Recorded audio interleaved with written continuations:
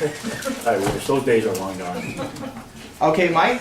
Okay, It's all thank you. I'm going to talk about the duties of board members and concentrate on employment issues. I hesitate because as I sit here now, there's 5 attorneys in front of me, all experienced attorneys that are well versed in various forms of employment law.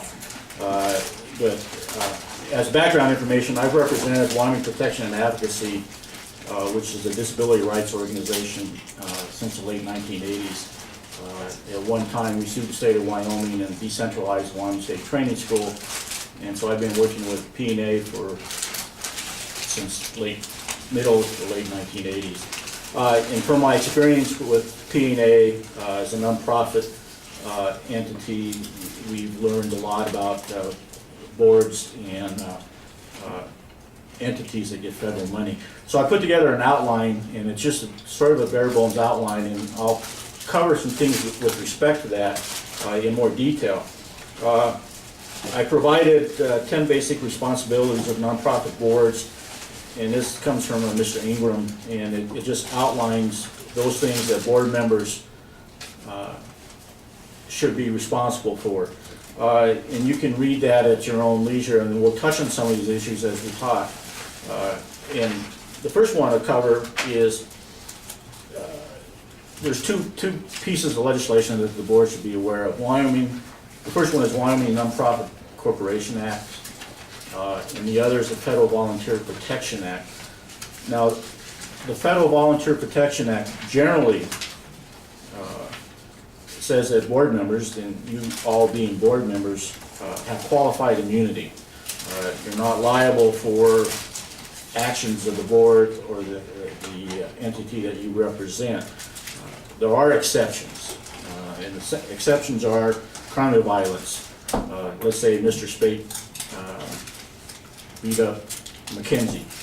It's a crime of violence. That's not covered. There's no qualified immunity for that. Hate crimes are not covered by the Federal Volunteer Act.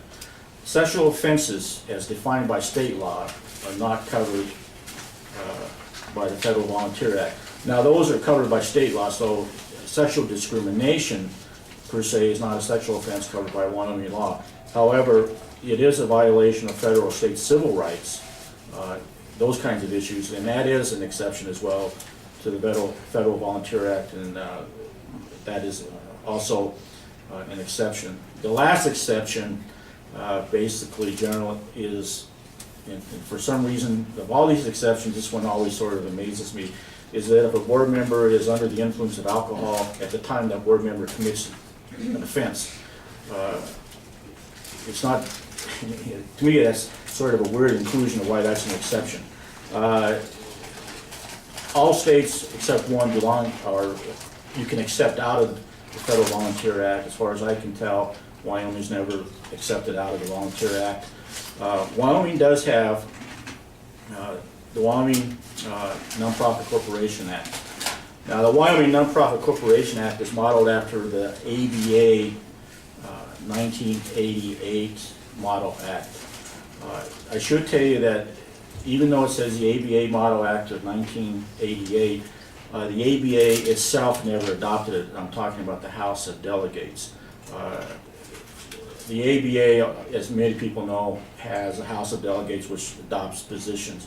They also divide into sections, and there's a section on nonprofit corporations.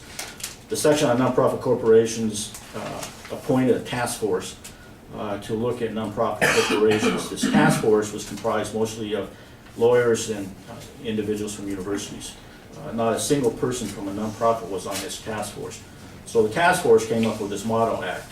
And so even though it says ABA, it was never formally adopted, but it's been in one form or another adopted by over half the states. The act was basically subsequent federal or ABA model acts that have been created or since then. Now, under Wyoming law, in its real detail, there's over 100 sections, and it covers lots of issues, is that there is a couple of provisions that I'd like to kind of talk about. One is WS 1719-830. Now, the 830 tracks the Model Act, so there'll be in Section 800 or in the Model Act, and that'll track to the Wyoming 1719-830. And that states that members of a board of any nonprofit corporation organized under this act are not individually liable for any actions, inactions, or omissions for the nonprofit corporation. So that grants to board members qualified immunity. The subsection does not affect individual liability, and we can talk a little bit about individual liability. For intentional torts or illegal acts of this subsection, and also does not prevent removal of a board member by court order. There's another section of the Nonprofit Corporation Act, 810, that a board member can be removed for fraudulent or dishonest conduct or gross abuse of authority. But you actually have to go to court, file a motion or petition, and that's difficult to do. The act was adopted under Wyoming law in 1992. To date, there's only maybe 2 or 3 cases that have ever even considered interpretations of any provision of the Nonprofit Corporation Act. And we'll talk about one of those provisions, or one of those cases now, which is sort of an interesting case.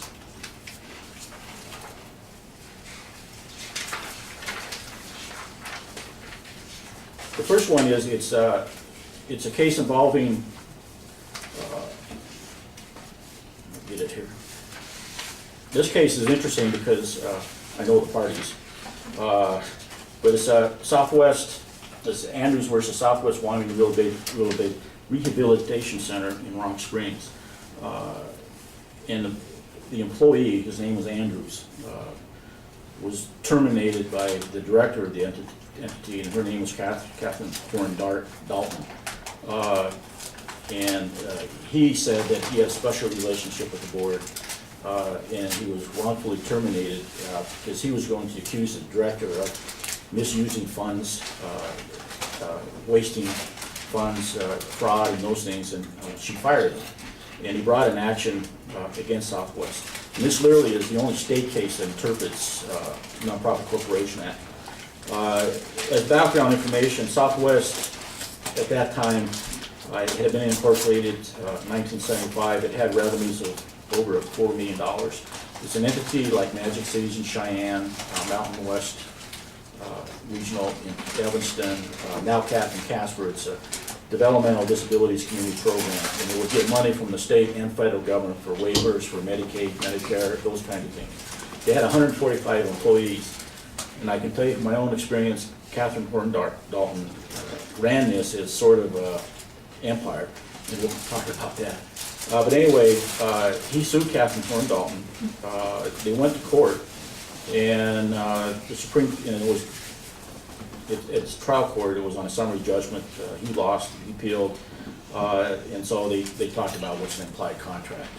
And so the Wyoming Supreme Court basically said that he has no right, there's no implied break of a covenant of good faith and fair dealing in this, and so they upheld his firing. And that's the only case that interprets the Nonprofit Corporation Act, and it has to do with a breach of covenant of good faith and fair dealing. Outside that, there's one federal case that had to do with a Catholic teacher being terminated, and they just cite this case as for implied, is supporting the position that there's no implied break or termination due to fair dealing, good faith, those kinds of things.